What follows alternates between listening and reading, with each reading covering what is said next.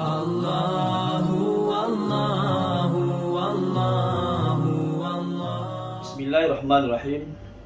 Assalamualaikum warahmatullahi wabarakatuh. Alhamdulillahil awal bila bidayah wal akhiru bila nihayah. Alladzi zuyyina qulubu khawas ibadihi binuril wilayah.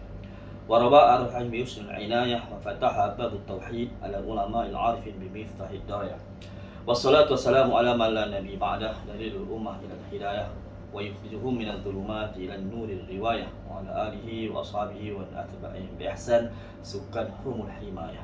Qala rabbi shrah li sadri wa yassir li amri wahlul 'uqdatam min lisani yafqahu qawli. Qad qala ta'ala fi kitabil aziz ba'da a'udzu billahi minasyaitonir rajim ya ayyuhalladzina amanu taqullaha haqqa tuqatih wa la tamutunna illa wa antum muslimun. Allahumma anta rabbi la ilaha illa anta khalaqtani wa ana 'abduka wa ana ala ahdika wa wa'dika mastata'tu. A'udzu bika min syarri ma sana'tu wa abu'u laka bi ni'matika 'alayya wa abu'u laka bi dhanbi faghfir li fa innahu la yaghfiru dhunuba illa anta tsumma amma ba'd. Sidang hadirin para pendengar muslimin dan muslimat yang dirahmati Allah.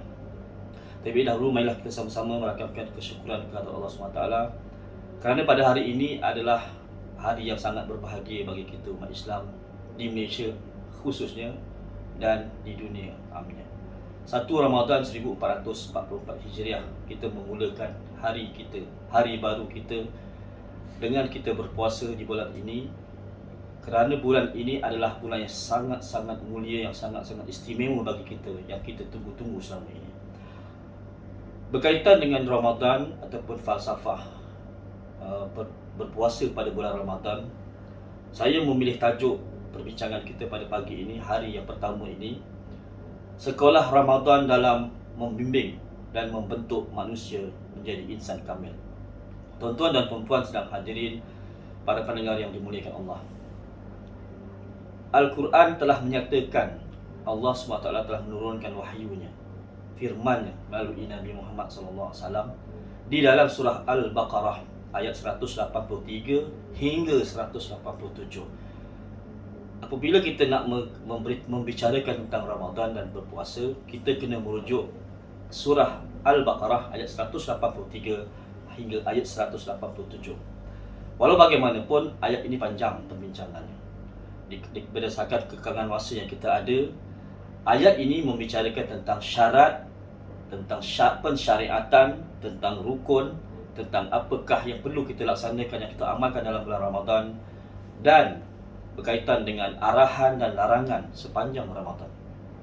Tuan-tuan dan puan-puan sedang hadirin yang dirahmati Allah. Ayat yang pertama di dalam surah Al-Baqarah ayat 183 ini menyatakan pensyariatan. Pensyariatan ini adalah arahan daripada Allah Taala yang sebagaimana Allah juga telah mengarahkan puasa ini kepada orang terdahulu daripada kita. A'udzubillahi minasyaitonirrajim. Ya ayyuhalladzina amanu kutiba alaikumusiyam kama kutiba alal ladzina min qablikum la'allakum tattaqun. Ayat 183 surah Al-Baqarah.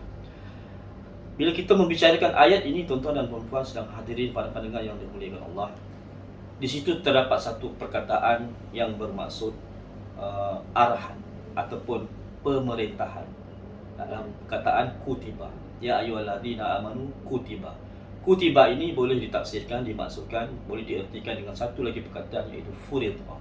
Furidah ini bermaksud difardukan, diarah. Jadi kita semua umat Islam seluruh dunia, tuan-tuan dan puan-puan, wajib menunaikan amalan ini, amalan puasa ini daripada awal Ramadan hingga akhir Ramadan. Dan bulan puasa ini, Ramadan ini adalah rukun Islam. Bagi kita nak melengkapkan rukun Islam, sebagai kita orang Islam ini nak melengkapkan rukun Islam kita yang keempat. Setelah yang pertama kita selesai bersyahadah, kita melakukan solat 5 waktu, kemudian kita menunaikan zakat, dan yang keempat kita berpuasa di bulan Ramadan, dan yang terakhir menunaikan haji bagi yang mampu. Jadi tuan-tuan dan puan-puan, sebagai ringkasan ataupun rumusan itu, sebagai rumusan kebincangan kita pada hari ini, bulan puasa ini, Ramadan ini adalah satu amalan yang merupakan amalan untuk Allah Subhanahu Wa Taala. Dalam hadis kursi yang menyatakan, Allah berfirman dalam hadis kursi, bermaksud setiap amalan manusia adalah untuk setiap amalan manusia adalah untuknya kecuali puasa. Bermakna setiap amalan kita ini, sama ada kita solat, kita bersyahadah, kita berselawat, kita membaca Quran, itu semua untuk kita. Tetapi puasa sahaja untuk Allah, dan Allah sendiri yang akan mengganjarinya, yang akan memberkatinya, yang akan merahmatinya. Jadi kita berpuasa ini bukan untuk diri kita, tapi kita berpuasa ini untuk menyerahkannya kepada Allah Subhanahu wa taala. Dalam hadis kursi ini menjelaskan dengan jelas, puasa hanya untuk Allah Subhanahu wa taala berbanding amalan-amalan yang lain. Jadi saya kira itu sahaja perbincangan kita pada pagi ini. Yang baik daripada Allah, yang lemah, yang kurang, keterlanjuran kata daripada saya sendiri. Aku li qauli hadza wa astaghfirullahalazim li wa lakum. Wassalamualaikum warahmatullahi wabarakatuh.